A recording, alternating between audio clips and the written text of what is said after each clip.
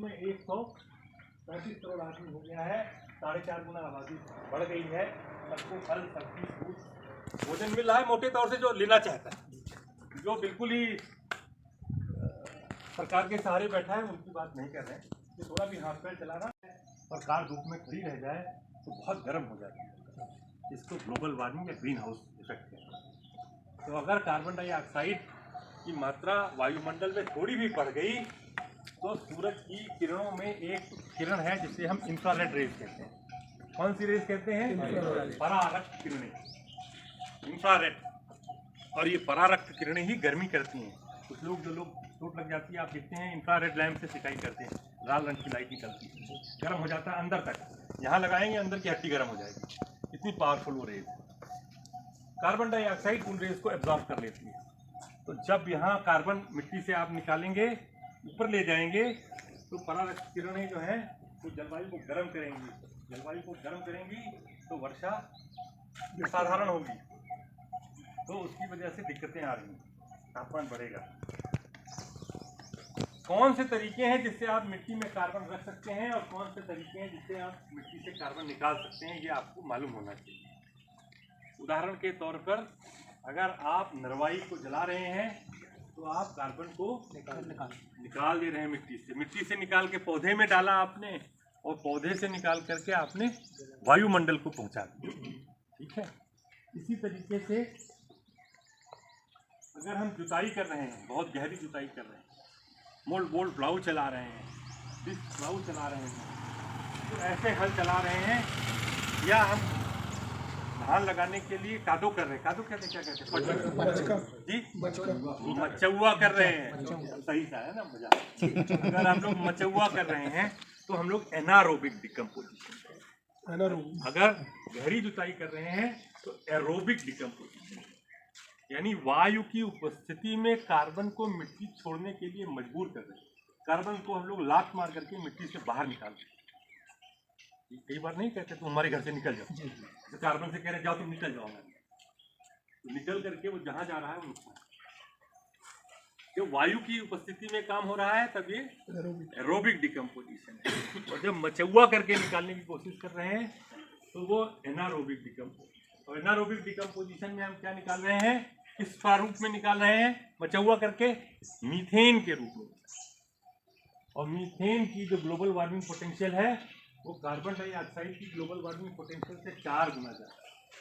तो जितना नुकसान एरोबिक डिकम्पोजिशन में आप कर रहे हैं उससे 4 गुना ज़्यादा नुकसान हम कर रहे हैं एनारोबिक, क्योंकि मीथेन के माध्यम से हो रहा है।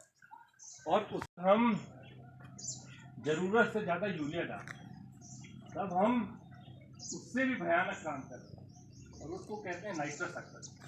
नाइट्रस ऑक्साइड का ग्लोबल वार्मिंग पोटेंशियल 200 गुना ज़्यादा, 180 अलग अलग मोटे तौर पर। तो 1 किलो कार्बन डाइऑक्साइड की जो ग्लोबल वार्मिंग पोटेंशियल है उससे 200 गुना ज़्यादा ग्लोबल वार्मिंग पोटेंशियल है नाइट्रस ऑक्साइड। तो नाइट्रस ऑक्साइड अगर निकाल रहे हैं आप ज़रूरत से ज़्यादा, लेट गेहूँ बोएंगे। यहाँ पर क्या हुआ है इस साल, पानी बरस गया नवंबर में, तो पराली में आग नहीं लगा पाए, फिर उसको उलटते रहे सुखाते रहे पराली, जब नहीं करना चाहिए। और जब पराली सूखी तब माचिस करेंगे, सलाई लगाएंगे, कार्बन डाइऑक्साइड लगा करके बढ़िया रोटावेटर से जोता, कार्बन डाइऑक्साइड। फिर कार्बन डाइऑक्साइड लगाने के बाद में लेट गेहूँ बोया नहीं, गलत कह रहा हूँ तो ठीक कर नहीं। आप लोग किसान हैं, मैं तो यहाँ मध्य प्रदेश में महीने में 4 दिन 5 दिन रहता हूँ, मैं तो इधर उधर घूमता है। कोई गलत बात भी कह दूँगा तो आप मुझे ठोक करके सही कर दीजिए। लेट गेहूँ बोया तो गेहूँ की साइकिल छोटी हो गई। गेहूँ चाहे आप 1 नवंबर को बोओगे, 1 दिसंबर को बोओगे, 1 जनवरी को बोओगे, 30 मार्च तक सारा गेहूँ पक जाएगा। तो जो आप 1 नवंबर को बो रहे हो उसको कितना टाइम मिल रहा है? 5 महीने मिल रहा है, 5 महीने। गलत तो नहीं कह रहा हूँ। 1 दिसंबर को बो रहे हो उसको कितना टाइम मिल रहा है? 4 महीने। और कुछ लोग जनवरी में बो रहे हैं, नहीं बो रहे हैं, 1 जनवरी को बो रहे हैं, उनको कितना टाइम मिल रहा है? 3 महीना में। तो बोया लेट, टाइम है कम, खाना खाएगा। आपके यहाँ 1 मेहमान आया 5 दिन, 1 मेहमान आया 4 दिन, 1 आदमी आया 3 दिन। अब किसान क्या कर रहा है, तो 3 वाले को ज्यादा खाना खिला करके 5 वाले से लड़ाना चाहता है। ठीक है, ज्यादा नाइट्रोजन डाल रहा है, होता है नाइट्रोजन डाल करके हम वो 5 वाले नहीं कर पाएंगे। जो बच्चा 9 महीने में पैदा होता है उस महिला को आप खूब काजू किशमिश बादाम खिला करके कहो भैया ये काम जो 9 महीने वाला है ये तुम 6 महीने में करके दो हमको, किसी तरीके से संभव है? नहीं हो पाएगा। ज्यादा खाद डालेंगे, ज्यादा खाद डाल करके जल्दी करने के चक्कर में आप क्या निकालेंगे? Nitrous oxide. और नाइट्रस ऑक्साइड कितना ग्लोबल वार्मिंग पोटेंशियल है? 200 गुना ज्यादा। ये गलती कर, पौधा तो लेगा नहीं, क्योंकि जो गेहूं का पौधा 1 नवंबर को आप बोगे वो चौथे दिन उसका अंकुर दिखाई दे जाएगा, किसान है आपको। और जो आप 1 जनवरी को बोगे उसका कितने दिन पे दिखाई देगा? 15 दिन। इसको बहुत टाइम लगेगा निकलने, निकलेगा ही नहीं, और निकलेगा भी तो चलेगा नहीं, धीरे धीरे चलेगा, क्योंकि ये ताप संवेदी प्रक्रिया है ना। अभी आप कोई बीज ठंडक में बोते हो 15 दिन में जमता है, गर्मी में बोते हो 30 दिन तक से बाहर आ जाता है। तो धीरे धीरे उसकी ग्रोथ होगी, ग्रोथ धीरे होगी तो खाएगा कम, खाएगा कम, तो वो मिट्टी वातावरण में छूट रहा है, उसका एक हिस्सा पानी के साथ बह करके नदी नाले खेत। आपको मालूम है आपकी बेसाल्टिक सॉइल्स है, आपकी मिट्टी में क्या है कि लेटरल मूवमेंट है पानी का। आप देखते हैं जो नदी है इसमें पानी साल भर बहता रहता है, बारिश नहीं होगी तो भी बहता रहता है। तो मिट्टी में संचित जल है वो लेटरल मूवमेंट करके इन स्ट्रीम्स में आता है। पूरे इलाके में आप देख सकते हैं छोटी छोटी रिवलेट्स हैं, स्ट्रीम्स हैं जिनमें पानी आता रहता है। नाइट्रोजन कहाँ जा रहा है? पानी में आ रहा है। नाइट्रेट जो है वो घातक है, यूट्रोफिकेशन करता है, बहुत नुकसान पहुंचाता है। तो एक तरफ हम वातावरण को दिक्कत पहुंचा रहे हैं, दूसरी तरफ हम प्रदूषण कर रहे हैं। बचिए, जिस फसल को हम समय से बो रहे हैं उस फसल में हम भरपूर खाद डालते हैं। जब फसल छोटी हो गई तो खाद को कम कर देते हैं। कोई बात गलत होगी तो ठीक कर देंगे। इसलिए समय से बुआई बहुत महत्वपूर्ण है। मेरा मानना ये है कि खेती में 2 तरह के अवयव हैं। एक मॉनिटरी इनपुट क्या है, इसमें पैसा लगता है, क्या है?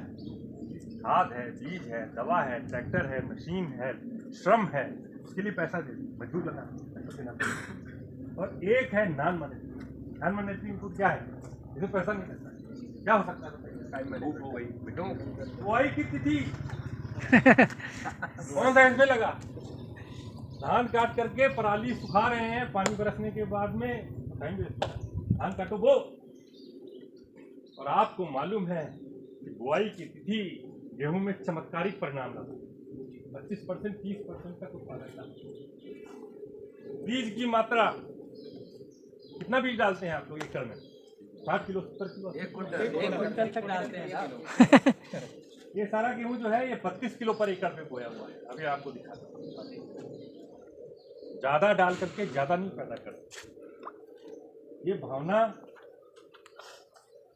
इसमें जो सॉफ्टवेयर है ये अपग्रेड करने की जरूरत है। सॉफ्टवेयर और हार्डवेयर तो समझते हैं आप लोग, हैं? समझते हैं। तो सॉफ्टवेयर समय समय पे अपग्रेड करते हैं आप लोग अपने मोबाइल में।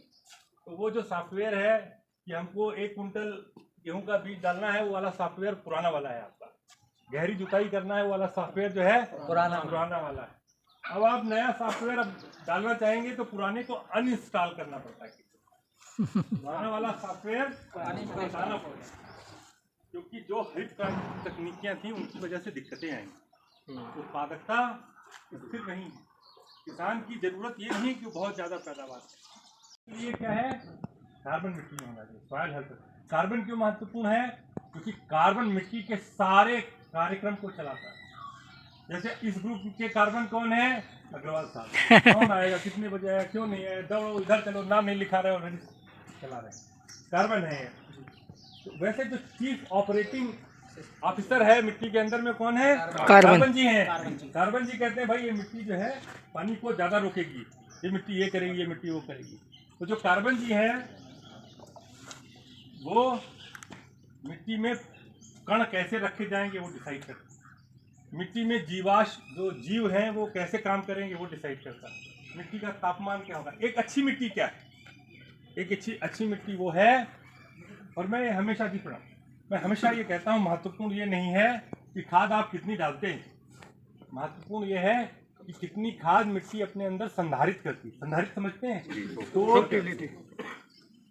महत्वपूर्ण ये नहीं है कि कितना पानी आप लगाते हैं, महत्वपूर्ण ये है कि कितना पानी मिट्टी अपने अंदर संधारित करती है।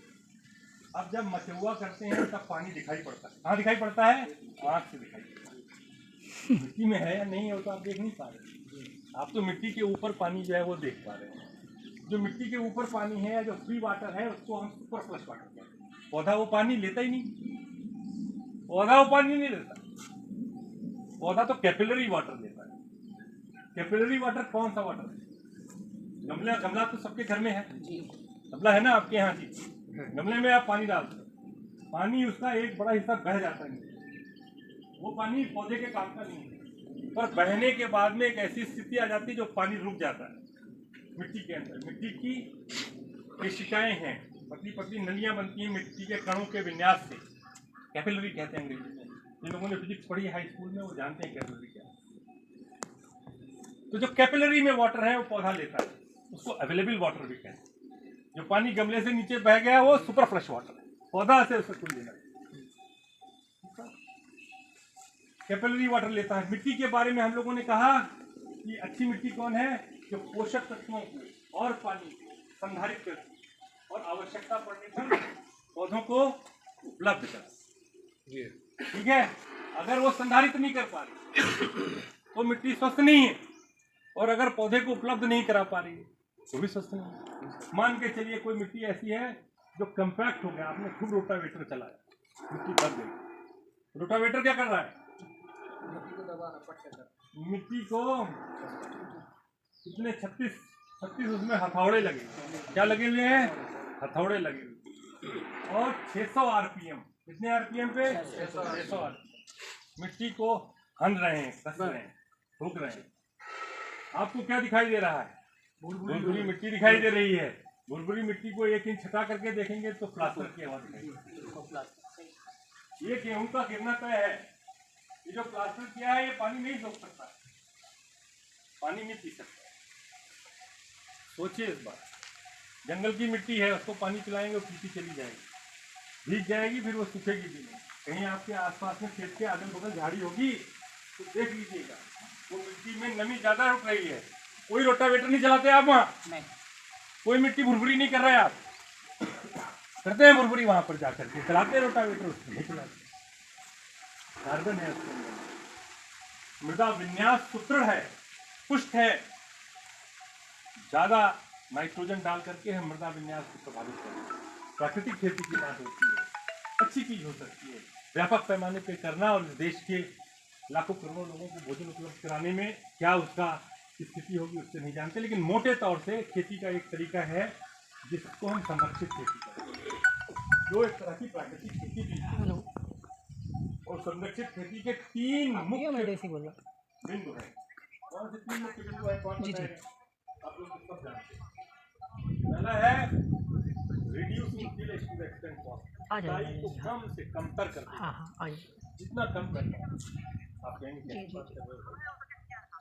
हमारे पास में ऐसे एक्सपेरिमेंट हैं अलग अलग दुनिया के देशों में, जहाँ पे 30 साल 40 साल 50 साल से जुताई नहीं हुई है और हर साल पैदावार होती है। दूसरा उसका बिंदु है अवशेष प्रबंधन, नरवाई को माचिस नहीं लगाएंगे। अब आप उसको सिद्ध करने में लग जाएंगे कि नहीं साहब नहीं लगाएंगे तो क्या करेंगे। तो हम लोग ये कहते हैं कि अगर आपका 20 कुंटल धान होता है, 20 कुंटल गेहूँ होता है, या 20 कुंटल मक्का होता है, तो आधी से ज़्यादा नरवाई या मक्के का डंठल या गेहूँ का भूसा आप हटा सकते हैं, लेकिन 10 कुंटल खेत का वो निकालने का प्रयास न करें तो अच्छा रहेगा। वैसे तो आप। और तीसरा है कि फसल चक्र में हेरफेर थोड़ा बहुत जब कभी जैसे हो सके करना चाहिए। आप ये कह सकते हैं कि भाई देखिए हमारा तो धान या गेहूँ अच्छे दाम पे बिक जाता है, दिक्कत है, तो थोड़े क्षेत्रफल में करते रहें और उसको बार बार बदलते रहें, जिससे 3 साल में 4 साल में 5 साल में 8 साल में एक बार जरूर बदलाव कर सके, फसल का चक्र ला सके। मोटे तौर से ये बात है। इससे जुड़ा हुआ अगर आपके पास कोई प्रश्न है या आप अपनी कोई बात बताना चाहते हैं तो आपका स्वागत है और हम लोग फिर खेतों की ओर चलते हैं। डॉक्टर साहब, हमारा एक प्रश्न ये है कि आपने जैसे कहा कि जुताई कम से कम अपन करें। हमारे पहले के जो कॉन्सेप्ट हैं, हमको ये सॉफ्टवेयर अपना बदलना पड़ेगा।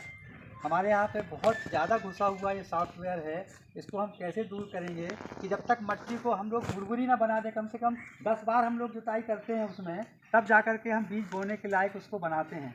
तो हमारे में और आप में दोनों में क्या डिफरेंस है और उसमें क्या सही रास्ता हो सकता है? और दूसरा प्रश्न हमारा ये है कि हमारे किसान आज भी सॉफ्टवेयर से मुक्ति नहीं पाना चाहते हैं कि वो 100 किलो उसमें डालने से बचें, और ये जो संख्या है 125 किलो तक गई है। डॉक्टर साहब, मैं आपको बताना चाहूँगा, तो केवल हमारे को आप इस बात से हम लोगों को ये कंफर्म करवा दीजिए कि अगर हम कम बोएंगे तो क्या फ़ायदा है और ज़्यादा बोएंगे तो क्या उससे नुकसान है।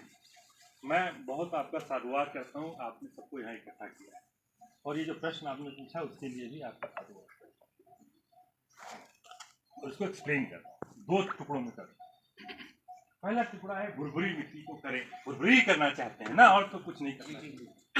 आप में से कई लोग ऐसे होंगे जिन्होंने अपना नरवाई कहीं एक जगह रखी होगी, उठा कर ढेर बना रखते हैं, रखते हैं नहीं रखते हैं, कोई नहीं रखते, आप कोई आदमी रखता है, कोई एक आदमी बताया, आप रखते हैं, 2 लोग रखते हैं, देखिए बाकी लोग